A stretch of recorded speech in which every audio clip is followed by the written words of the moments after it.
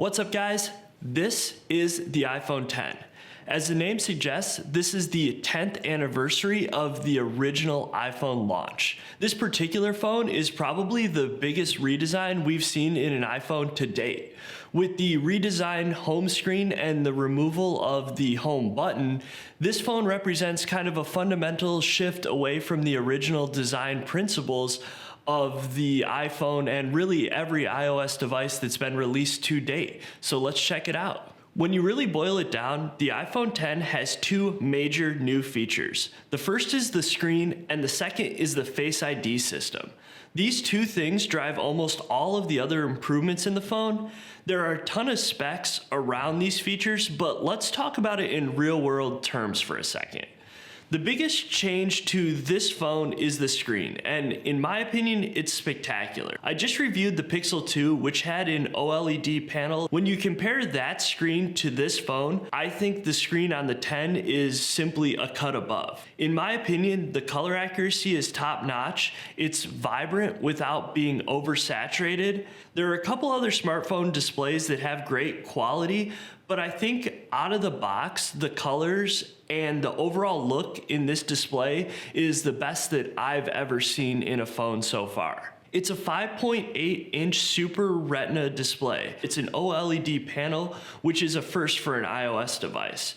It does have some blue shift in the display. This has become a really hot topic lately as it relates to the Pixel 2 XL. I would say, this is a characteristic of all OLED displays, so you're gonna see it really across the board, but I would honestly characterize it as about 50% less dramatic than the blue shift that I've seen in my particular Pixel 2 XL. The removal of the home button in turn meant the removal of Touch ID. The solution to this problem is built into the notch right here at the top of the phone.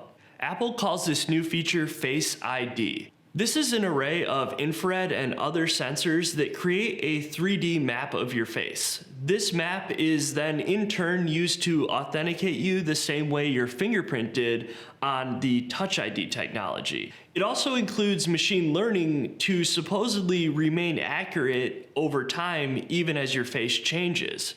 I think it's a little odd that Touch ID was just added to the MacBook Pro because after seeing the Face ID, I assume that will become the new de facto identification method eventually used across all Apple devices. The first couple times it was a bit slow once you start to train it to your face, but it really does seem to improve quickly the more you use it. After a few hours, it was lightning quick, and I'm surprised how well it works in very low light and kind of off-axis angles. I think this is the first iPhone in a long time that seems to be a no compromises device. Over the last few years, it's felt like every iPhone release, there was a couple big features that they either omitted or held back on in order to kind of get ready for the next year. And the competition continued to push new technologies, and so as an Apple fan, it was hard to sit back on the sidelines and not have a lot of these features. I think that's no longer the case with the 10. It has most of the technology out there that the competition is using, along with a few innovative features that I do think make it unique.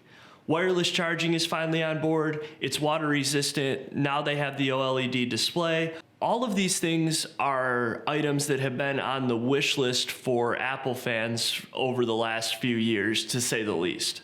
One thing I really like about the 10 is that they've gone back to having just one version of the phone, so there's not the regular and the plus version. The reason I like this is because I'm a photography fan, so I like to have the best camera possible on my phone, but with the iOS devices over the last couple of years, or iPhones, it meant that you had to go with the plus, because if you went with the standard size, you were sacrificing the camera, and that's no longer the case with this. The back camera on this phone is very similar to the iPhone 8. Both rear cameras on this version have optical image stabilization. The image quality from the camera is pretty top notch, as has been the case. The front camera is much better and includes the portrait mode and animated emojis. This is possible due to the new Face ID system and the sensors that are built in. They call it a true depth camera, but I think what they're really doing is leveraging the sensors built into the Face ID system. Battery life on this phone has been really good for me. I would say it is as good, if not better, than my iPhone 7 and 8 Plus. One thing that needs a little work is the iOS design. It seems a bit all over the place, and they haven't really found a great way to unify the design between the devices. There are a couple areas where it just looks unfinished, like the bottom of iMessage and on the email. The gray bar at the bottom just, to me, has a little bit of an unfinished look. I've used Apple devices for years, and the reason I really like the iPhone X is for the first time in a really long time, it feels to me like a no compromises device. So I give Apple credit for finally putting in a lot of the features that people have been hoping for. It's a little late, but as they say, better late than never. So I hope you guys enjoyed this video. I hope you learned something. As always, thanks for watching, and see you next time.